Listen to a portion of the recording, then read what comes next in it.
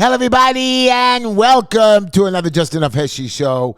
I'm so happy this week. We just had July 4th weekend. We celebrated about America, and we're going to talk about somebody who's against America. And some people think he might even be a patriot. God forbid that they should really think that. United States is in turmoil. We are in trouble right now, and we can fix it. We can fix a lot of things, my dear friends. And I want to make sure that you understand that I'm not here to fix the things. I'm here to help, like the rest of us, to get these things fixed. I'm not depressed, but I'm disappointed. And I'm disappointed with a lot of things. I'm disappointed, of course, with the Democratic Party, which I was once for many years. I'm disappointed with the Republican Party, which I am a member of, and boy, am I depressed. We'll talk about that. And yes, we have to talk about my meeting with my private club, with my board members, which I'm not allowed to talk about, and I will not talk about it. I will not tell you what went on with the secret meeting, but we did have one. And like every board meeting, it has to be quiet and confidential. But I did express certain things that I am allowed to talk about. And I'll show you what my ideas of how do you keep your mouth shut and how to know when you're talking. My main point for tonight's show is we are going into a new stage, not a new millennium, because which we're in, not a new decade, because we joined that decade. We're going into a new time. We are, President Clinton said, we're the bridge to the future. Here it is. This is I see it. Everybody knows it. This is it. This is the chance to cross this bridge or build this bridge correctly. And if we don't do it now, we picked the wrong guy. We mess up. I know we've always been saying it, 4 more years, and a lot of the actors or people saying, oh, if he's elected, I'm going to leave. If Bush is elected, if Clinton's elected, if Reagan's elected, if Trump is elected, everybody's going to leave. Everybody's going to disappear. Well, you know what? I disagree. Nobody wants to leave this great country. Okay, they ask us, is America the greatest country in the world? Yes, America is the greatest country in the world. We've got issues. You're right, we're not number 1 on the list. We're not number 10 on the list. We're in the bottom of the list in so many places. But the truth of the matter is our ideals, the people who live here, the people that make this country what it is, we are the greatest country in the world. We are so diversified. We do love our fellow man. We get lost. We get lost, and we're not supposed to. The whole beauty of America, of the forefathers that gave their lives and gave their fortunes for you and me, was to propel us into a higher plane, into a higher, I don't know the proper word, a higher morality. I got an answer from a judge this week. Heshy, don't send me any more bad videos. I want to spread love and greatness. That is a judge. That is a judge that wants to take her job and make love and greatness out of America, not to constantly punish and hurt everybody. We are now I'm gonna start my show now, but we're going to welcome a bunch of our. We're going to welcome our listeners on the radios. Yes, we still have a show on the air. We figured we'd do another live broadcast for the people because it was July 4th, and I wanted to see how their celebrations go in. So I want you to hear the broadcast, and I want you to enjoy it. And then we're going to start the show. And yes, everybody, it's only me. What should I tell you? Anyways, I got 10 more seconds to stall, so I'm going to stall it, but I'm going to give you my quote and my joke of the day, and I think it's very funny today. I thought it was funny, and especially after my nephew. Anyways, welcome to all our listeners at WNEW-FM HD3. Welcome back, WPVID and WSNR 620 AM. I know you didn't think I'd be on the air to this week. It was our last week, but you got another week out of me. And we have so much to talk about, from the president to local issues, to anti-Semitism, to the protests, and what we are ready for, because July 11th is when the President Trump gets nominated. July 11th is going to be one of our most important days in history when we accept the president, and maybe if we're lucky, he chooses a vice president. He wants to choose, he doesn't want to choose, and we'll talk about that as well. I want to give a shout out, of course, to my beautiful granddaughter, Layla Tamar, Mira Nava. Sergeant Peter, you know we love you. George and Heidi, they're in Greece. So lucky. George told me he's going to be frolicking on the beach. He doesn't listen to the show, anyways. Ahuva, my new granddaughter, I was babysitting the other day. What a wonderful, cool girl. She's going to be wonderful. Benjamin, you're wonderful. Ellie, you know who you are. And then my oldest grandson, Yeshua. Welcome to the show. Of course, I'm going to shout out to Linda. Always shout out to Linda. It's going to be her anniversary, September 2nd, when we make their wedding. So I want all of you guys, I'm going to post the thing. I want all of you guys to come to the wedding. I'm going to have food. Don't worry about it. We're going to have a lot of food. We're going to have a big fireworks show. Well, I'm not sure. They're not giving me a permit for the beach yet. So we'll see what happens. Maybe I'll get lucky. Maybe not. I don't know. Here's my quote. Knowing yourself is the beginning of all wisdom. What does that mean? You have to know, you know who we are. Everybody knows who he is. He knows his intricacies. He knows his crazinesses. He knows all the stuff that he does himself, all the things he does behind doors. You got to know who you are, not just hide it. I don't hide what I do behind closed doors. I tell everybody everything. Linda doesn't even like that I tell you all my stories, but I like to be truthful. I like to tell you, of course I have secrets. Of course I can't tell you what everything is going on, but you have to know yourself. I know myself. They want me to change me. They want me to change. I know who I am. I was talking to my brother-in-law the other day. He says, nobody changes.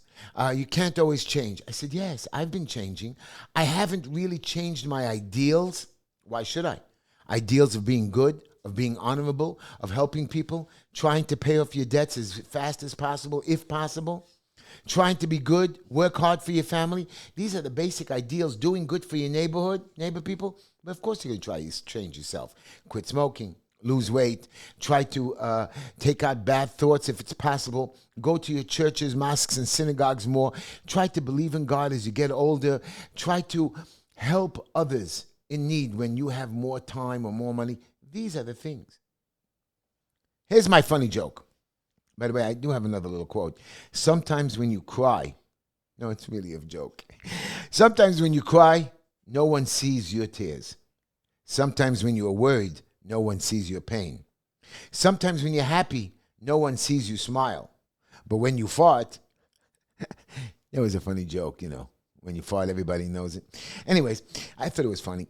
My nephew, wonderful boy, Yeshua, Yehuda, I'm sorry. So many names in my head. I have so many nephews and nieces. I'm going to August 15th to Israel, and I'm going to be going into Gaza. I'm going to a great nephew's bar mitzvah. I'm taking my sister, Esther, with Down syndrome. She's going to Israel, and she tells me she wants to go to the Dead Sea, and she wants a massage. I said, why can't you do a massage over here? Why do we have to fly all the way to Israel for a massage? She tells me to shut up. She has money, and she's going to buy me a ticket. I love her. I told her I'm broke, and she's buying me a ticket. Well, I can't really tell you that. I can get in trouble for that. So we're going to go all over the place. And so anyway, my nephew Yehuda, he has cerebral palsy. But this kid is driving. He's fighting back. I remember when he couldn't sit up. This kid came back, and he's part of an organization that I love so much called Kids Encourage. Okay. By the way, I want to say hello to Razel Lamb. You know, you're one of my favorites. Hello, and a shout out to you always, Razel. And I know you're doing better, and I'm so happy you're home, and you're just a wonderful, wonderful young lady. And God should help you every single day. I pray for you. Anyways, Yehuda tells me I'm 18 years old. I don't have to ask any of you idiots permission. He didn't call me an idiot, but he meant it that way because we threatened him. And he went parachute jumping. He jumped out of a plane. I couldn't believe it. A boy with cerebral palsy jumped out of a plane, and he made a video. So I told him a story about me. I said, when I was younger, like an idiot, I took part in a parachute jump with a bunch of my friends. I went parasailing and skydiving, but we went parasailing. I mean, I thought I was cool. I was stupid. I was reckless because I don't even know why I did it. Anyways, I was seated next to the main instructor. and I was to jump out with him, and he was supposed to, hold me and whatever. And he just sat down and he finished training me in jump class, and we struck up a conversation on the plane. And he asked me, Heshy, are you scared? And I said, I'm not scared, I'm just a bit apprehensive. And he asked me, what's the difference between apprehensive and scared? And I replied, it means I'm scared, but I'm college educated. It's funny, I used a fancier word, whatever. There's nobody here to laugh at my jokes. Why isn't my producer pushing laughing jokes? Why doesn't he push laugh? One time somebody should laugh at my jokes. Finally, I don't know if you heard that Instagram, but they did put on the laughing joke. I'm going to get into the main issues of today. I'm going to get into everything. First of all, I want to talk about Green Line Building Solutions. I'm going to do a quick ad because we've done so much, and my son has helped me a lot lately. He doesn't work for Green Line, but he helped me on a particular case. Green Line Building Compliance, 202 Forster Avenue, Brooklyn, New York, 11230. We have parking in the back, 718-871-0382. I know you can't see the ad, but maybe you people on Instagram tonight, I might go live on Instagram. For the first time, we're going to have you're going to be able to see us because Facebook has this thing, so you can be able to see a better showing. But 718-871-0382. We do garbage tickets. We don't really do garbage tickets. We started now, but really I don't do it only when there's a lot of them. Violations, permits, plans, stop work orders, vacate orders, inspections. I get your building in compliance. I remove your violations, and I'm even doing criminal violation tickets. I know. Do you believe it? The building department, fire department are issuing criminal tickets. Sanitation has a sanitation police. I understand if you're dumping illegal garbage, but these guys actually think they're police officers. Stop it. Stop it. Green Line Building Solutions, 718-871-0382. I'm running for election. I'm going to talk about that later on. I'm close. I'm the one you want. HeshyTishler.com. Go to my website. HeshyTishler.com, HeshyTishler.com. Donate to my campaign, $10, $20, $25. We need to win this election. We need money. We need to get us to the next level. Watch my shows. Watch what I'm going to accomplish. Most probably they already told me that they're postponing the election to January. We're hoping that we can get it in November because it's a special election. But they're playing me. They're trying to bring Simcha Felder in, a candidate that was the councilman. He abandoned us midway during his term. Abandoned. Because why? He got a better job for double the money as controller. Then he dumped controller to become a senator because it was an easy job. He thought, go once a month to Albany. Now he's older. He doesn't want to go to Albany anymore. So they're telling him to come. At first, he's going to win his seat, so he's guaranteed for his pension, his final pension, of, 80, 90, 100%, because he's a senator. And then he's going to come back to fight me in the city council because nobody else can win. Here's a man who made us all wear masks. Here's a man that closed our parks, and when I started cutting the locks, he joined me in my fight to open the parks. He wanted credit. He still wears a mask many times. My God. He screamed at other people in this community to wear masks. He hung out with de Blasio. Anybody who hung out with de Blasio, right there alone, you shouldn't vote for. You're right, it's going to be an independent election. You're right, I'm a Republican. I'm very disappointed with the Republicans. They don't support their own people. But it'll be your decision. I go around the streets. I talk to the people. I help the people of the community like today. There's an illegal bar that opened up on 39th Street in the Utrecht.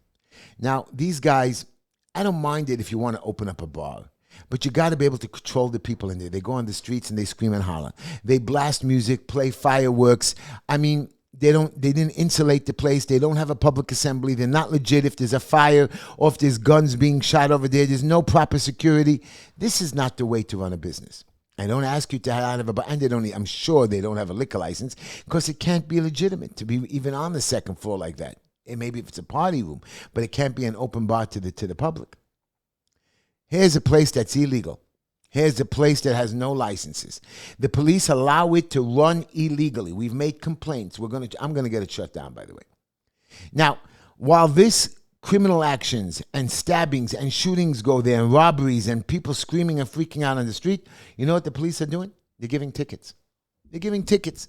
You know, they said, I was listening to the radio today, crime in the trains are down by 7%. Now, last night, there was 2 stabbings I swear, 2 stabbings last night. How is crime down? You're right, maybe people jumping over turnstiles, but 2 stabbings on the train stations, and this is just standard that's going on in the trains. And everybody's screaming, we need a congestion pricing so the MTA makes money. Let me explain something to you. The Department of Buildings makes $2 billion. Department of Finance makes money. Department of Sanitation is a profitable agency. Department of HPD is a profitable agency. Why? Because these agencies are money-making operations for the city, for the state. They don't give to the people services. They're supposed to give services. What they do is when you call them, they make a complaint and they find the landlord. They find somebody. They're not there. And if they do provide a service, the service costs 4 to 10 times the amount that if you hired a private contractor. So right there, these are not profitable agencies for the city. It's for them so they can pay their employees, they can pay their councilmen, their senators, and have their budgets to give their money to their friends. When an agency is made to take care of the people of the city, like the MTA, or the New York City Housing Authority that has so many people in this government housing that should be run perfect, losing in the millions and billions of dollars. How is that possible? You know, somebody wrote, how is Governor Hochul going to fix the MTA? Simple. Find somebody like me to run it. Find somebody that, HPD loses money when they run buildings. All the receivers lose money, most of them. I'm the only one that makes a profit for my landlords that if they ever behave and take back the buildings, they will show a positive in their bank accounts. Their bank accounts are black. Plus, their buildings are run at an A level, not a C or D level or an F level like the New York City Housing Authority. Now you're going to say, Heshy, what do you mean by F level? Holes in the ceiling, moles on the wall, leaks, floods, cockroaches. I have those complaints. I fix them. I go after them. We make a little bit less money. We service our people. Those people who work for the New York City Housing Authority, those supers, I watch them. I worked there for 4 years in those projects. They're bums. They're busy with their time. They don't care about the people. The supers are caring about their pensions or running their paperwork. You are there to take care of people's lives. You're not just there to do a job. I tell my employees in my office, if you don't care about the client, please get out. Heshy, our job is to fight the DOB, to do the paperwork, file the stuff. No. Our stuff is to make sure our clients are happy. Our clients are taken care of with their issues. That is what our issues are. If you don't like it, get out. Get out. I'm going to close that bar down on 39th Street in the Utrecht. Guys, I'm coming for you. Now, I understand that my son is not going to be happy with this.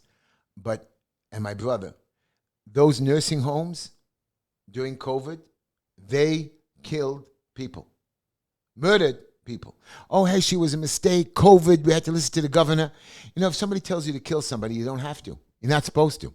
There was a few nursing homes that didn't comply. A few good men that didn't listen to the governor. I know they think they have that immunity from the governor. That immunity is going away. Just like you got the immunity from President Trump to go away, I'm going to make that immunity go away. I'm going to go after that immunity. I'm going to make sure that somehow you're going to be charged with something, and I'm going to make sure you're fined, just like Trump was. They can do it to him 10 years later. I'm going to do it to you 3 years later. I'm going to come after you. I'm going to punish you. So go hide, go support my opponent. You better come out, you little cockroaches, because I'm going to come get you. I'm going to come get you. Anyways, I want to talk about a personal subject right now. There's a guy by the name of Lucas, what's his name? A very bad man. I posted a video about him called Lucas Gage. I think that's his name. Is that his name, Lucas Gage? We're going to put that up on the screen right now. Lucas Gage is a man who lives in Bricktown, New Jersey. The man is an animal. He gets on the video and says that the Jews murdered John F. Kennedy, Robert Kennedy. The Jews are murdering people in Palestine. The Jews murdered people during World War II. The Jews murdered everybody in Vietnam. This guy's crazy. Then he takes out a sword that he claims he got from his Romans, or it's a Roman sword from his ancestors, and starts cutting up an Israeli flag violently, like an animal. This cockroach pig Nazi that I posted a picture of his pig of his face gets on there and says death to the Jews or whatever. Then he says he's not a violent man. I don't understand. You take a sword, you cut up, try to make that this Israeli flag resembles or takes the place of all Jews. We know what you were meaning. And then some loser, I had hundreds of people that quoted that responded to me last night. I'm already in the thousands of responses that this guy's an animal or wacko. And one idiot says he's a patriot. He was a soldier. Patriot? A patriot is the pursuit of happiness. Pursue your own happiness. Don't mix into what I'm doing. Do whatever you want. Don't worry about what I'm doing or what other people are doing. You take care of what you want to take. He lives in a neighborhood where they're all Jews, but he can't take that the Jews are moving there. I mean, you have Christians, you have blacks, you have Spanish. This is called a pig. Yes, even somebody that served his country. He's an animal. He's a Nazi. And I quoted it and I posted it. You can go to my website, you can go to my Facebook, and I posted it on your screen. This is an animal pig. He's a terrible, terrible man.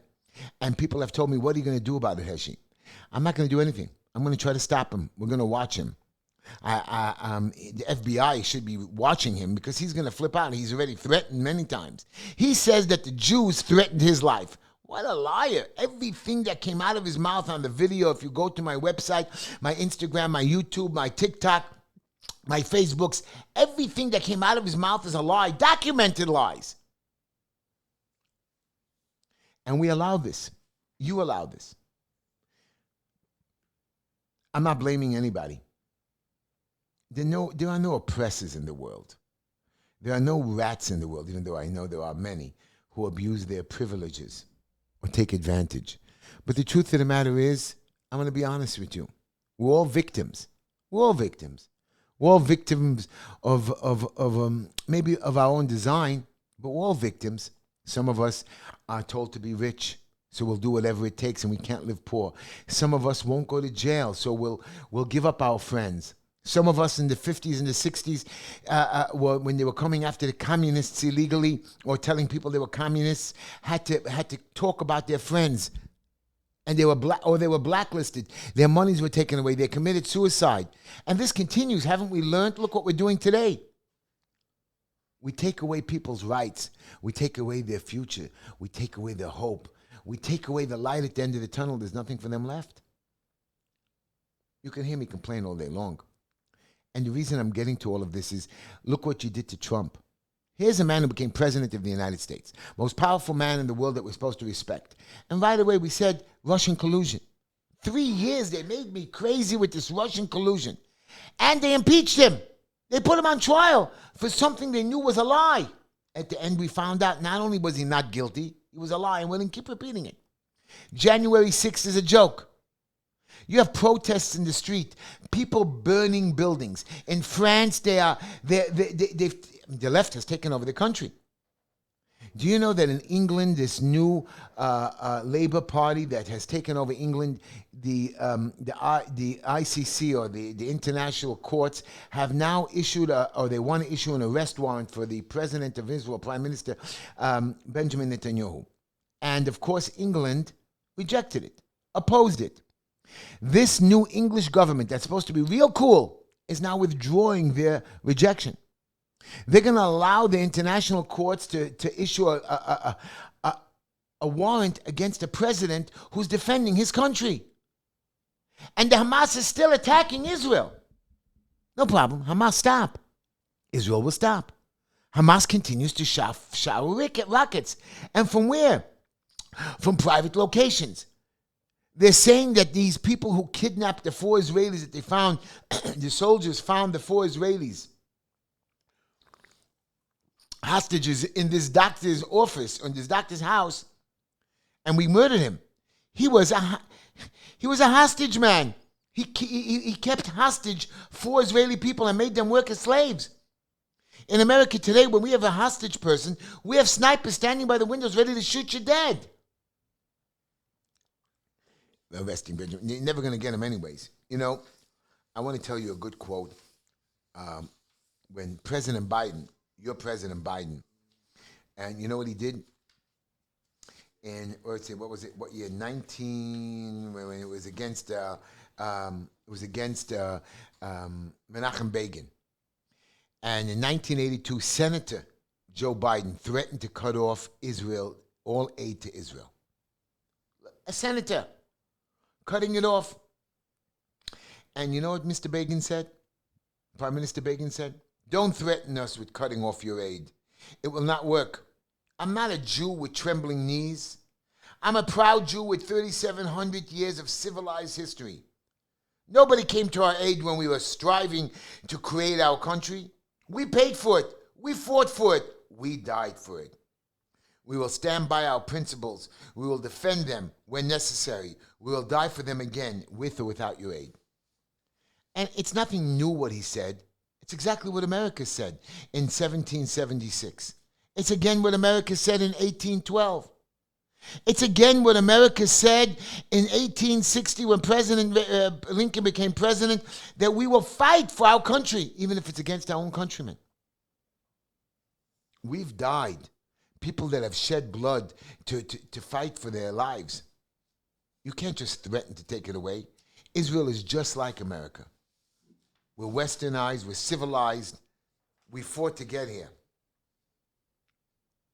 By the way, all of you homeowners and landlords, Mr. Lester Chang, who is just a terrible man who came to my club, he joined to be a member. I wasn't even told he was a member. Now I became a member.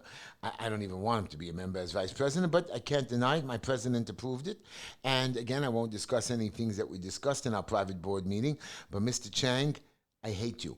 And I want you to know he's now trying to create legislation, which he has never passed any piece of legislation, to stop the rents who don't want to pay rent, professional renters who know how not to pay rent for 2 or 3 years and use the court system to create some legislation against them.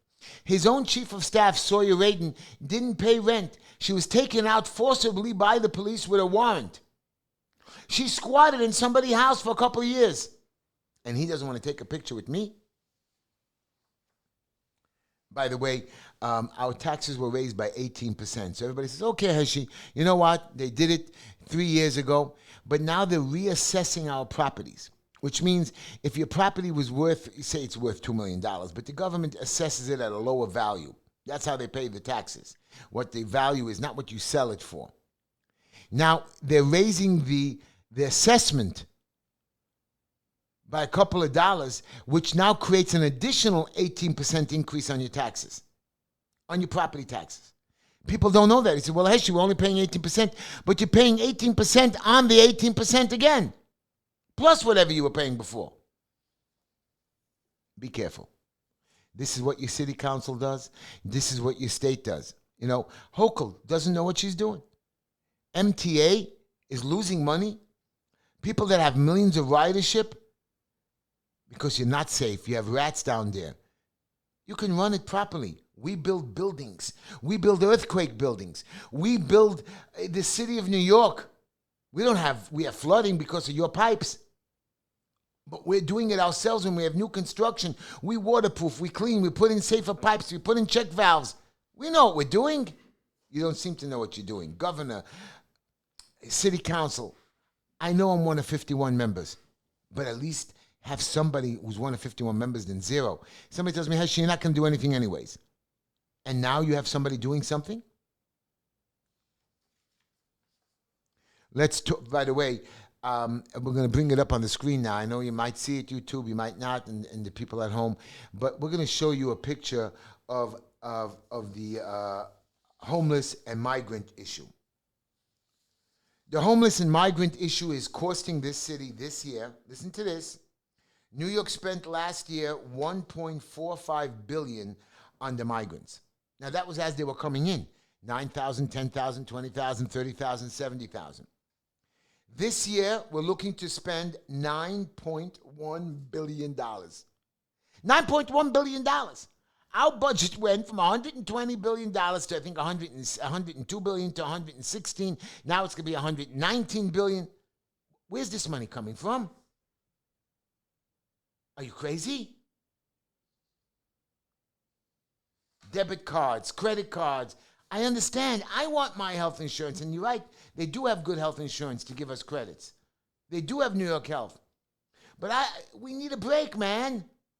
It's going to cost Taxpayers, personal taxpayers, approximately $352 for each person that lives in the city.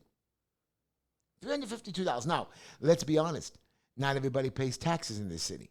You have 1 million people already under the poverty line. Another 1 million people that don't have to pay taxes because they have losses. You have a lot of the rich people. So you're looking right there out of the 8 million people, 3 to 4 million, that's half of the city of New York that does not have to pay taxes, or gets away or pays very little, or won't have to pay this $352 increase. So that $352 is not per person. It's going to be $600, $700 per family. And it's going to be even higher. The hotels alone made $1 billion last year. Why do they need us? Why do they have to keep their place clean? They don't have to follow any health codes. You have the migrants living there. They have to clean themselves. You send a maid, big deal. Nobody's checking it. In a normal hotel, that's why I'm scared to go to hotels, and I've repeated it to you a few times. Bed bugs, dirt, filth, lice, disease, drugs, shootings, rapings. People don't know that. They're scared. The migrants are scared to report anything because maybe somebody will get sent home. Maybe they'll get punished even more. Crime is down? My God. Where's crime down? Crime is down nowhere. Crime is down nowhere. 7% down in the trains. Should be embarrassed. We are going to talk about one of the most important issues that are coming up today. By the way, when our nation's leadership, and I had this in my introduction picture, when our nation's leadership forgets about our veterans, but spends $19.8 billion on illegals, it's time to change leadership. I'm not talking countrywide, I'm talking right here. $19.8 billion we've spent already on the migrants. Our veterans, take pictures. Take a look at the pictures that I show you. Laying on the floor, laying on the street, being evicted. I recently bumped into a veteran that is working on a construction site. And he came over to me, he says, Heshy, I have nowhere to live. I said, but you have a job? He said, I know. It was hard for me to make a living. I had some issues. I couldn't come to work every day. And he lost his place. And he's sleeping, he tells me, on the street, or on corners, or on people's couches. He looks like a good guy. He says the government doesn't help him. He goes to the VA, and he's trying to make, he makes maybe, he says sometimes he maybe makes $16 an hour. He's struggling. And even then he can't come to work all the time. And he's lucky he has a good boss.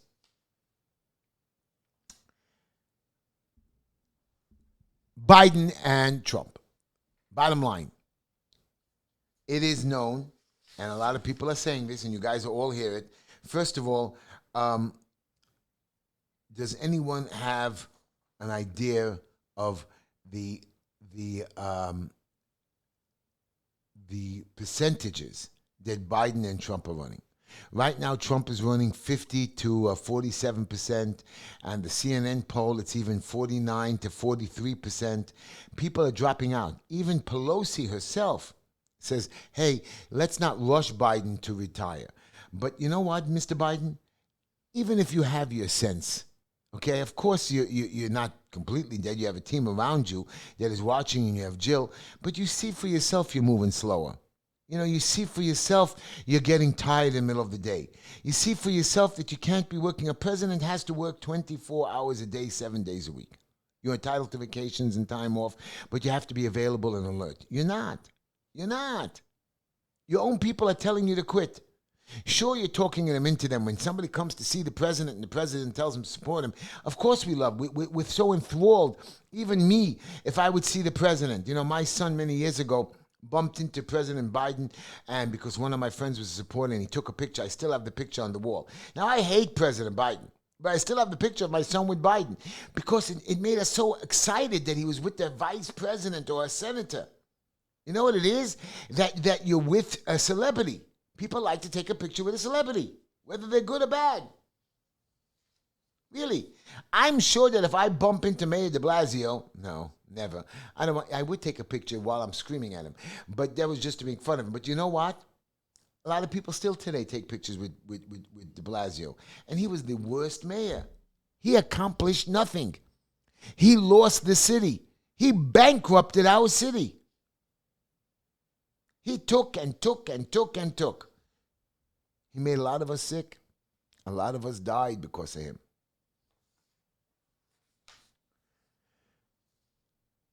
Biden, it's time to step away. Mr. Biden, Mr. President, it's time to step away. Now, after the debate, former President Donald Trump was supposed to pick a vice presidential candidate. We know it's going to be either J.D. Vance, Marco, what's his name? Marco Rubio? What's his name? I don't know his name. Marco Polio? What's his name? I forgot his name. Well, anyways, he's supposed to be picked to be the next vice president. I'm being told Marco Rubio. Sorry, guys. I did know that. I guess I'm getting old like Mr. Biden and forgetting things. But he's supposed to pick one of them. I hear there's another governor. The point is he might not choose now on July 11th. He might stand back and see what Biden's going to do, who he's going to be running against, because we have to contemplate who will be our vice presidential choice to run against the other vice president. Anybody could beat Kamala in a debate. You know what I mean? And I don't think there is a vice presidential debate as yet set up. But if they choose another person to run for president, I don't think he'll pick back Kamala to run as his running mate. I don't know. I don't know what the deal is, but I don't think that he has to pick or she runs again. Mr. Biden, Mr. President, it's time to step away. 81, 82 is time to retire. And everybody's going to tell me, hey, why doesn't Trump retire? We do need an experienced guy. If Mr. Biden was still with his faculties and moving around and jumping around, I jump around, run around. The minute I can't do that, I'm going to stop. I'm going to retire. You got to be able to keep up whatever you're doing. Being president of the United States is a constant running job. Look at all the presidents prior to him. President Obama, whether he was the worst president or not, always had the energy to go and come and shake and laugh and run, and you always saw him. President Trump was always on the move. Prior to that, you had Bush never stopping, especially George Bush. And his father, wow, Ronald Reagan, always saying a joke, always running around, always having a speech, even when they said he was losing it. You never saw him lose it. He was an actor. Got it. You got to be with the program. You got to have the people have faith in you. A lot of people have lost faith in you, Mr. Biden. It's time to give up the job. You did what you did. You kept Trump out of power. Find somebody else to beat Mr. Trump. You think you're the only one? Democrats are ready to cheat. You know, there's a judge in Rockland County that shut down, in Spring Valley, that shut down a day camp, Jewish day camp. And the judge ordered him to open it, and he wouldn't order it, and then finally they had to order it. This judge, Mayor Delhomme, another bigoted, hateful, anti-Semite, the judge said, you have to come to court. He didn't show up in court. He's going to go to jail. I hope so. I hope so. As we continue through my many, many different rants. Yes, it is Marco Rubio. I do have it on my notes, producer. Thank you. But again, Donald Trump did acknowledge as of Monday night, okay, I'm so sorry.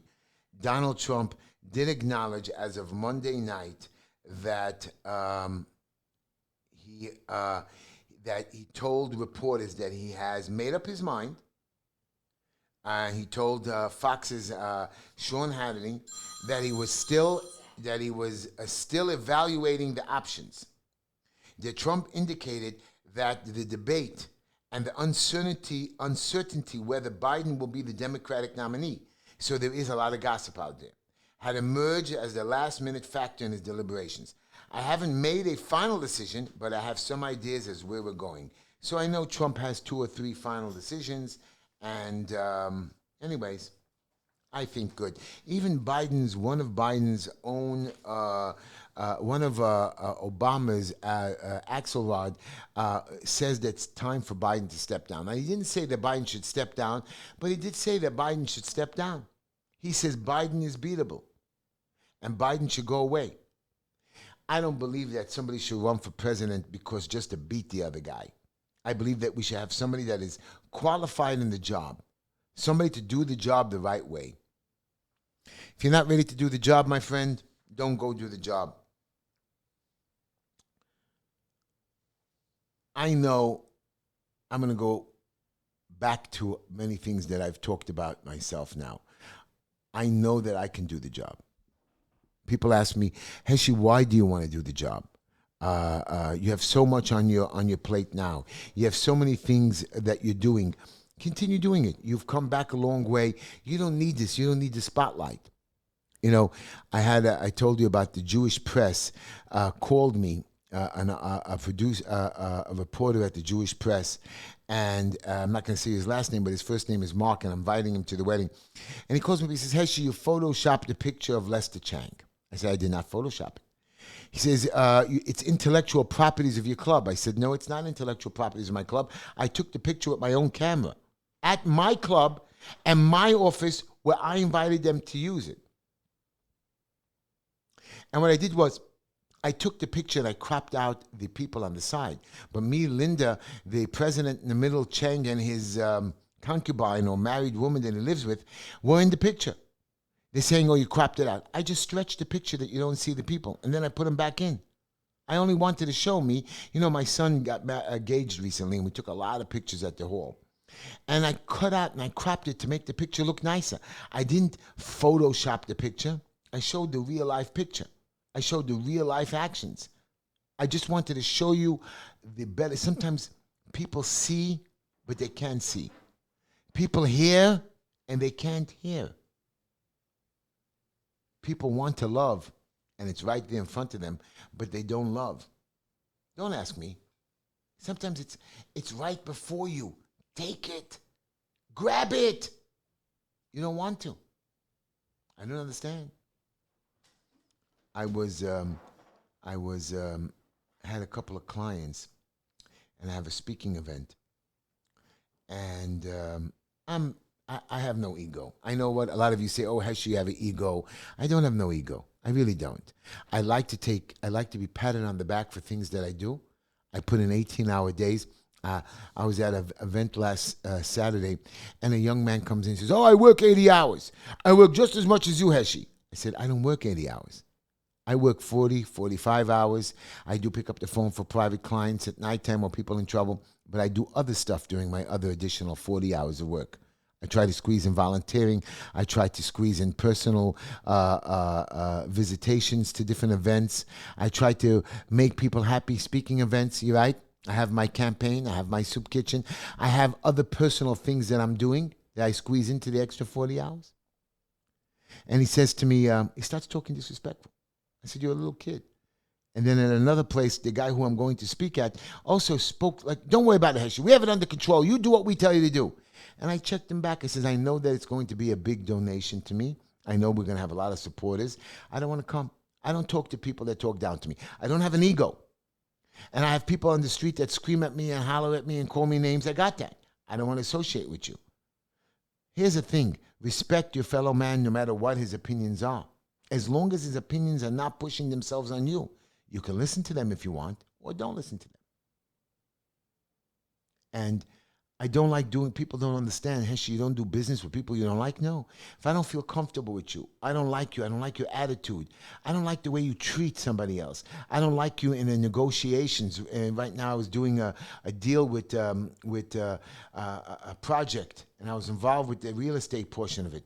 I didn't like the way one of the group members was treating another party to this group. Nothing to do with me. I'm part of the sale and the purchase, and I was going to make money, but I didn't like the way one of the parties treated. I said, I'm out. He said, what do you mean? If you're out, there's no deal because you're a big portion of this money deal. I said, I can't be part of a deal where a man is trying to cheat or hurt somebody else for nothing, for getting a few extra dollars. I don't want to do business with him.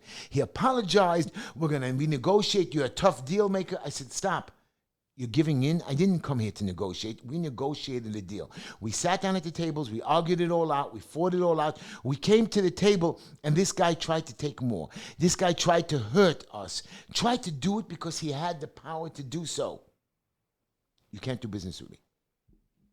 You can't do business with me. I'm going up to the jails this weekend. I'm hoping my son comes to me. I was supposed to go last weekend, and I couldn't make it.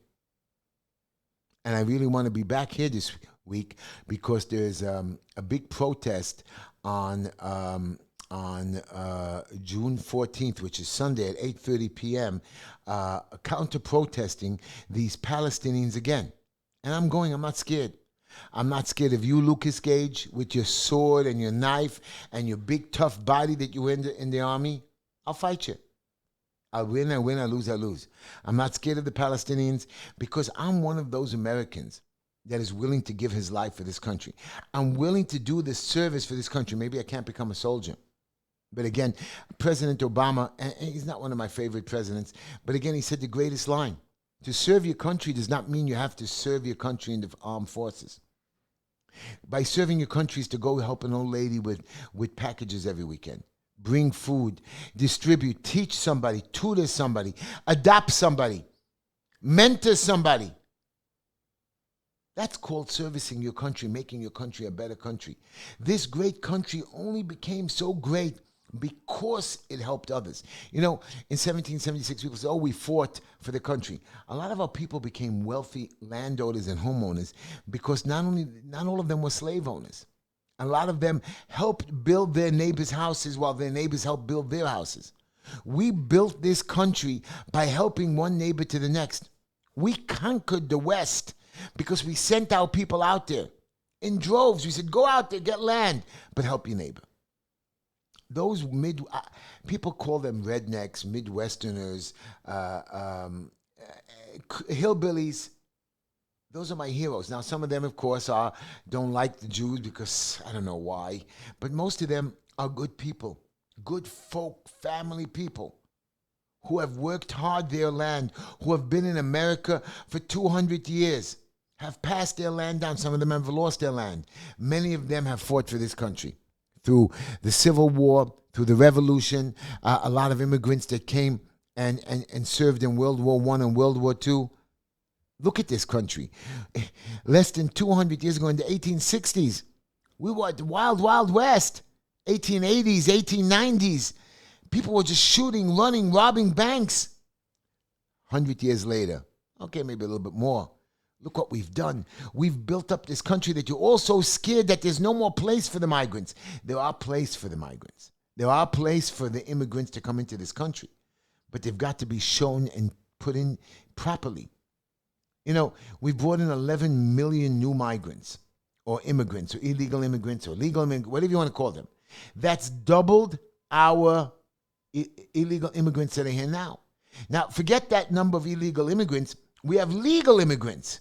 They are coming in the millions, which is great. We have to find a place how to put them to work. We have to incorporate them into our society, and we can. We don't. We're lazy. We don't want to take responsibility. We say come, we say we'll do, but you never do. What you do is you take money from one and you give it to them and get lucky. Oh yeah, here's the American dream. American dream is for you to make it yourself. No, it's not. The American dream was created in 1776 by 55 people that said, listen, this is the dream and we have to help the people. We can't just say something. We're going to put it on paper. We're going to make this into the Bill of Rights and the Constitution. We're going to make this law, and we're going to use these laws to help further and teach the future on how to interpret these laws. They created up 3 branches of government. They've created so many good ideas. 225 years later, it's still in effect.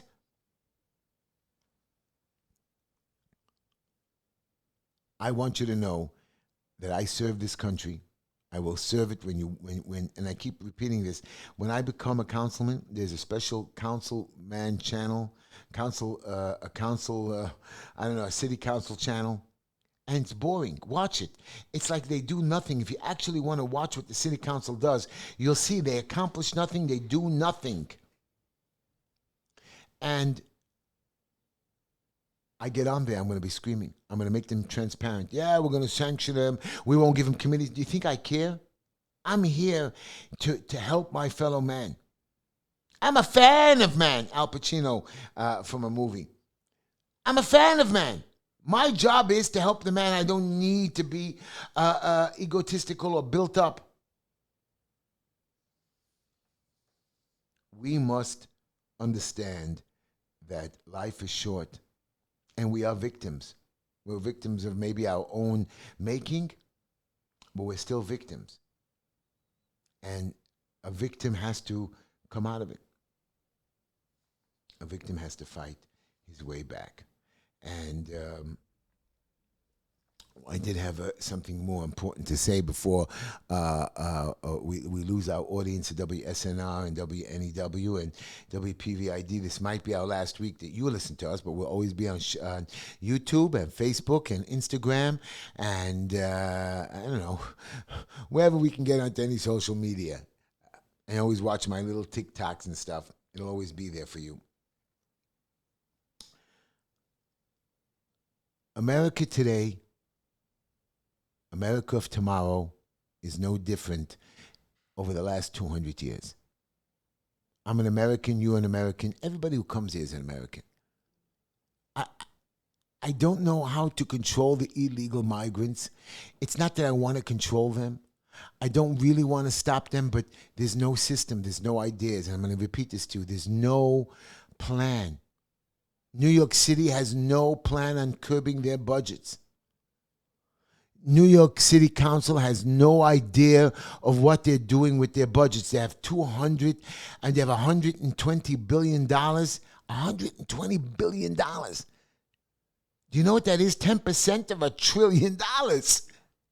The whole country spends, the United States government spends what, $1 trillion, $2 trillion? I mean, we just 10% of the budget, 5% of the budget. America, New York City alone. And then New York State has a $212 billion budget. Between us, we get 30% of what the whole country spends. We have no control. We have no professionals. We have people auditing and taking and punishing and fining us and more fining us. You see, government agencies know how to make a profit because they just know how to punish the people. When you punish the people and take and take and take and take, of course you can make a profit. Don't let them have anything at the end of the day. At the end of the day, 1/3 of my money is gone. Another third of my money is to live on. The other third I'm trying to save. By the time that goes, with all the increases and all of the gas and food and light and electricity and taxes, it's gone. It's so hard to save today. And I'm making a wedding. It's going to be a beautiful wedding. Thank God me and Linda have been saving for the last 10 years. Since that boy is 13 years old. We've been putting away $200-$300 every week, every month, and we're close. We're going to pay for this wedding. You're all welcome to come to this wedding, and we're going to have a great time. My fans, my friends, my fellow countrymen, I wish you, I pray for you, and from the bottom of my heart, I don't know what to say to you to make you feel better. Our depression has sunk in all over this country. People are committing suicides, more shootings, more murders, and everybody says crime is down, crime is down, crime is down. If every year crime is down, it should be over already. Crime is never down. Crime is never down, and you keep changing those numbers like you've never seen before. I don't understand, and we believe them. You believe the stories. Before we get off the air for my listeners, Israel, I am your friend. Israel, America is your friend. We have a couple of idiots out there that, I don't know. I don't know what to say. It just doesn't make sense.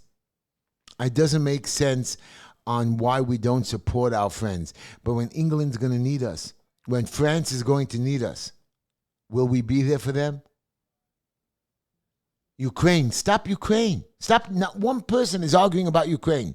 Anyways, thank you so much, people from all the live radio shows. We'll see you again next week if you tune into YouTube, Facebook, and Twitter, and whatever the other thing is. Instagram. Of course, I love Instagram. Of course, I love you, Instagram followers. You are just wonderful. And you've always been wonderful to me. And I really love my Instagram. I hope you like my videos. I complain about New York City because this is where I live. This is my hometown. I have to show you that I can fix this place. I'm one of 8 million people. I've done a lot good, so maybe you want to move me up in the numbers that because I have some talents, I'm one of 6 million. The point is, I'm still one of the masses that has to do things slowly. I want to be one of the 51, not the elite, not the better. The people that take on the responsibility to serve their fellow neighbor. And a lot of people in the city council just want to get their job. I see them. You know, my campaign manager says, Heshy, leave these council people in Staten Island alone. They're Republicans. They can't do anything. Ina Vernikova can't do anything.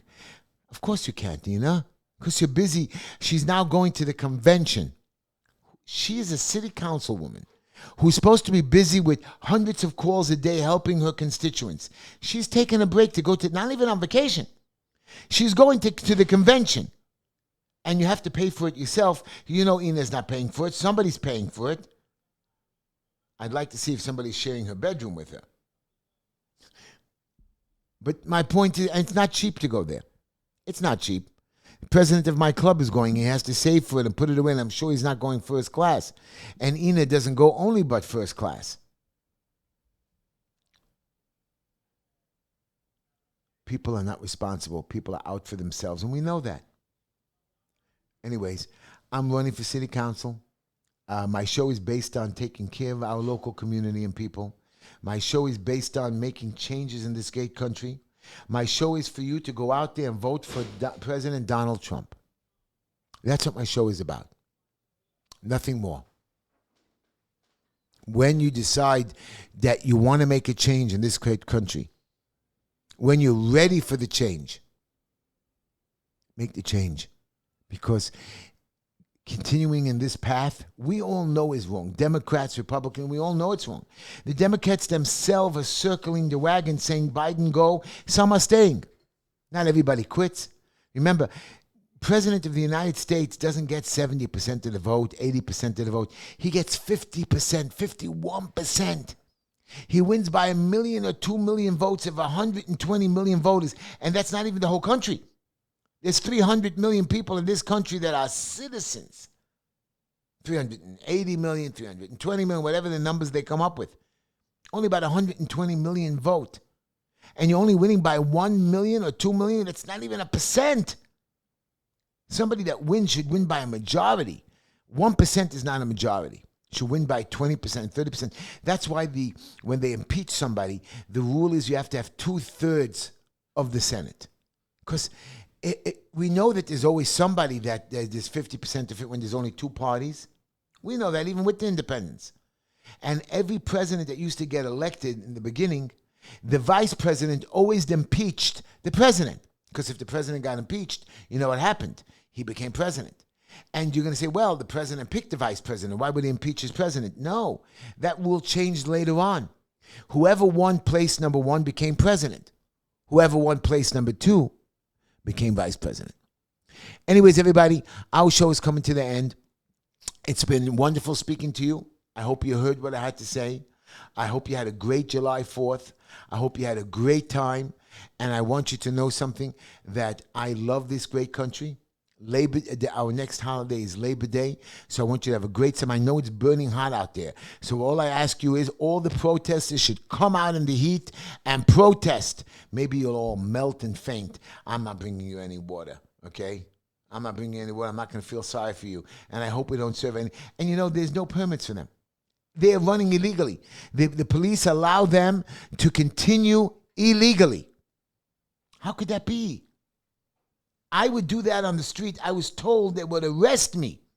If I hold signs, they would arrest me. This is during COVID. And my protests were not even bad protests. They were celebrations for holidays. And they allow these people to threaten and steal and lie. Anyways, I'm going to say goodbye to you guys. It was great sharing my time with you. I hope you enjoyed the show. I love you all. Come on back next week. Play that music.